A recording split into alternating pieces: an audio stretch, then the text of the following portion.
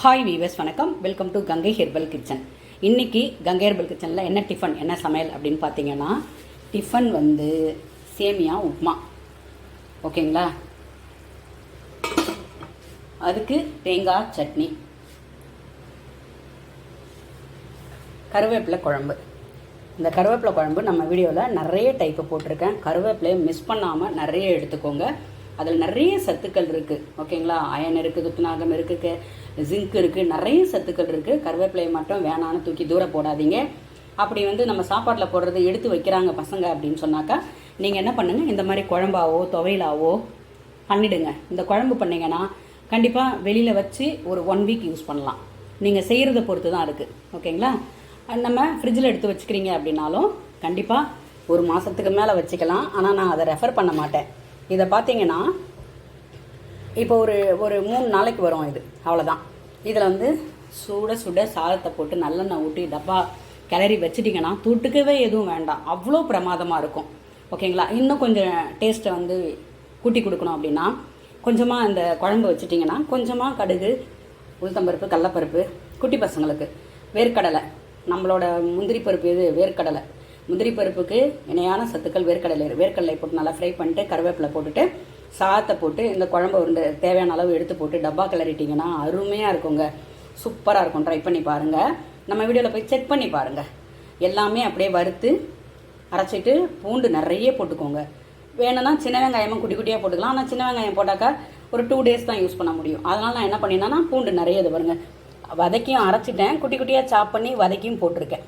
Try பண்ணி பாருங்கள், நம்ம சேனலில் இருக்குது. அது மாதிரி புதினா துவையலுக்கு காரம், அந்த புளிப்பு கொஞ்சம் கம்மியாக வைக்கணும். தோல் உளுத்தம்பருப்பு வச்சுக்கோங்க, நல்லாயிருக்கும். அது அந்த புளிப்பு, காரம், உப்பு 3மே பேலன்ஸ் பண்ணி கரெக்டாக வச்சுட்டிங்கன்னா அந்த துவையல் பிரமாதமாக இருக்குங்க. இது ப்ரெட்டில் சாப்பிட்லாம், சப்பாத்திக்கு சாப்பிட்லாம், தோசை, இட்லி எல்லாத்துலேயுமே சூப்பரான அல்டிமேட்டான காம்பினேஷன். இந்த கருவேப்பிலை குழம்பும் இந்த மாதிரி தொகையல் ரெசிபீஸும் இருந்துன்னு வச்சுக்கோங்களேன், அருமையாக இருக்கும். அது மாதிரி எள்ளு சாதம் பண்ணி கொடுங்க, அதுவும் குழந்தைகளுக்கு அவ்வளோ நல்லது. கால்சியம் நிறைய இருக்குது. ட்ரை பண்ணி பாருங்கள். நம்ம வீடியோவை தொடர்ந்து வாட்ச் பண்ணிக்கிட்டே வாங்க. நீங்களே சொல்லுவீங்க எனக்கு எந்தெந்த சத்துக்கள் எது இதில் இருக்குன்ட்டு. உருளைக்கிழங்கு பொரியல். உருளைக்கிழங்கு அரை வேக்காடு வேக வச்சு எடுத்துக்கோங்க. தோல் உரித்து கொஞ்சம் பெருசாக கட் பண்ணி எடுத்துக்கோங்க. உங்கள் வீட்டில் வயசானவங்களாம் இருந்தாங்கன்னு வச்சுக்கோங்களேன், அவங்களுக்கும் இதை சாப்பிடணும்னு ஆசை இருக்கும்.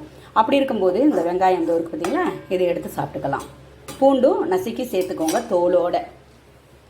வேக வச்சு எடுத்துக்கிட்டிங்கன்னா அதில் எண்ணெய் ஊற்றி கடுகு போட்டு ஜீரகம் போட்டு கருவேப்பிலை போட்டு அந்த பூண்டு தட்டி போட்டு வெங்காயம் போட்டு வதக்கிட்டு கொஞ்சம் பெருங்காயமும் சேர்த்துக்கோங்க. சேர்த்துட்டு வீட்டில் வச்சுருக்க சாம்பார் பொடி, தனியா பொடி, மஞ்சள் பொடி போட்டு நல்லா வதக்கிட்டு அதுக்கப்புறம் வேக வச்சு கட் பண்ண உருளைக்கிழங்கு எடுத்து போட்டு நல்லா பரட்டிட்டு அடுப்பை ஆஃப் பண்ண போகிறீங்க அப்படின்னு சொல்லும்போது நான் ஒரு பொடி சொல்கிறேன், ட்ரை பண்ணி பாருங்கள். கொஞ்சமாக கடுகு, உளுத்தம்பருப்பு, கொஞ்சம் கடலைப்பருப்பு, கொஞ்சம் துவரம்பருப்பு, கொஞ்சம் தனியா, கொஞ்சோண்டு பட்டை, லவங்கம், கிராம்பு இதெல்லாம் கொஞ்சம் கொஞ்சமாக வச்சுக்கோங்க. நல்லா வறுத்துட்டு கொஞ்சம் கசகசா, பெருஞ்சீரகம் இதெல்லாம் கொஞ்சம் கொஞ்சமாக அழகாக சிம்மில் வச்சு தனித்தனியாக வறுத்துட்டு ஆற வச்சு மிக்சியிலே பொடிச்சு வச்சுக்கோங்க. கொஞ்சம் குறைன்னு இருந்தால் கூட தப்பு கிடையாது. அப்படி இல்லைன்னா நீங்கள் சலிச்சு எடுத்து வச்சுக்கோங்க. நான் என்ன பண்ணேன், அப்படி வறுத்து அரைச்சி ஒரு கண்டெய்னரில் வச்சுப்பேன். ஆனால் ஃப்ரிட்ஜில் தான் வச்சுப்பேன், கொஞ்சமாக தான் பண்ணுவேன். அது எந்த பொரியல் பண்ணாலும் அதை கொஞ்சம் மேலே தூவி இறக்கிக்கலாம். குறிப்பாக பார்த்தீங்கன்னா இந்த கருணக்கிழங்கு, உருளைக்கிழங்கு, வாழைக்காய் இதுக்கெல்லாம் சேர்த்துக்கலாம். ஓகேவா? இது மாதிரி ட்ரை பண்ணி பாருங்கள் ஒரு நாள். உப்புமா, சேமியா உப்புமா.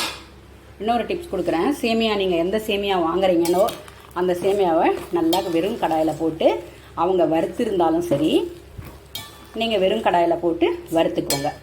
வறுத்து எடுத்து ஆற வச்சுட்டு, தெரியாத பிள்ளைகளுக்காக சொல்கிறேன், ஆற வச்சுட்டு ஒரு கப்பு எடுத்துக்கோங்க. சேமியாவை நல்லா உடச்சி விட்டுட்டு ஒரு கப்பால் அளந்துக்கோங்க. 1 கப்பு சேமியானா 1.5 கப்பு தண்ணி விடுங்க.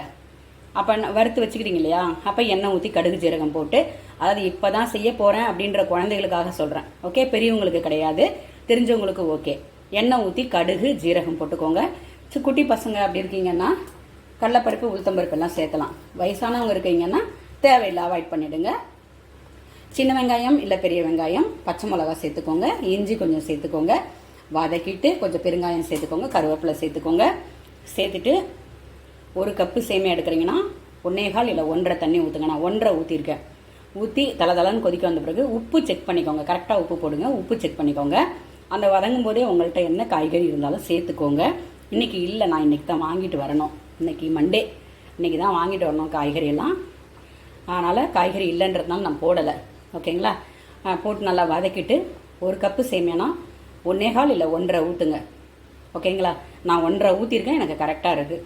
ஊற்றிட்டு தளன்னு தண்ணி கொதிக்கணும். அப்போ நீங்கள் சேமியாவை எடுத்து கொட்டிட்டு நல்லா கிளறி சிம்மில் வச்சு மூடிட்டிங்கன்னா சூப்பராக அருமையாக ரெடி ஆகிடும் சேமியா உப்புமா. அதாவது அந்த தண்ணி ஊற்றும் போது என்ன பண்ணுங்கன்னா, தண்ணி கரெக்டாக ஆகிடுச்சு. இப்போ அடுப்பண்ணி ஆஃப் பண்ணிடலாம். அடுப்பு ஆஃப் பண்ணி தட்டு போட்டு மூடிடலாம். கொத்தமல்லி இருந்ததுன்னா தூவிக்கோங்க. கொத்தமல்லி விலையை கேட்டாலே தலை சுற்றுது. ஒரு கட்டு 30 ரூபாயாம், குட்டி ஊண்டு இருக்குது. ஒரு கட்டு தான் வாங்கிட்டு வந்தேன். அது என்ன 4 நாளைக்கு கூட வரமாட்டேங்குது.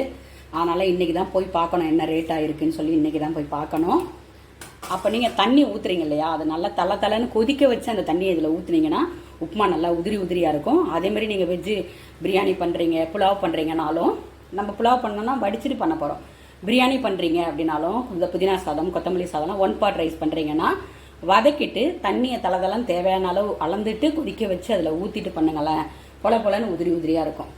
வேணுன்றவங்க ட்ரை பண்ணி பாருங்கள். சாதம் வெந்துக்கிட்டு இருக்குது. அது மாதிரி சாதம் வந்து குக்கரில் வச்சு சாப்பிடாதீங்க, அது உடம்புக்கு நல்லதில்லை. வேணுன்றவங்க ஃபாலோ பண்ணுங்கள், வேணான்றவங்க ஸ்கிப் பண்ணிவிடுங்க. அவங்க சௌரியம். ஓகேங்களா? புழுங்கலரிசி சாதம், சேமியா உப்புமா, உருளைக்கிழங்கு ஃப்ரை, தேங்காய் சட்னி, அது மாதிரி சட்னி ரெசிபி நம்ம வீடியோவில் நிறைய கொடுத்துருக்கேன். வேணுன்றவங்க செக் பண்ணி பாருங்கள். கருவேப்பிலை குழம்பு, புதினா துவையல், மாதுளம்பழம் ஜூஸு, அதோட கூட நீர் மோர். இதாங்க எண்ணெய சமையல். ஆனால் இது பார்க்குறதுக்கு சிம்பிளாக இருக்கும், ஆனால் ரொம்ப ஹெல்த்தியான சமையலுங்க. வேணுன்றவங்க ஃபாலோ பண்ணி சப்போர்ட் பண்ணுங்கள். மறக்காமல் நம்ம சேனலை ஒரு முறை போய் விசிட் பண்ணி பார்த்துட்டு சப்ஸ்கிரைப் பண்ணிக்கோங்க. லைக் பண்ணுங்கள், ஷேர் பண்ணுங்கள், கமெண்ட் பண்ணுங்கள். மறக்காமல் உங்கள் சப்போர்ட்டை கொடுத்துக்கிட்டே இருங்க. நன்றி.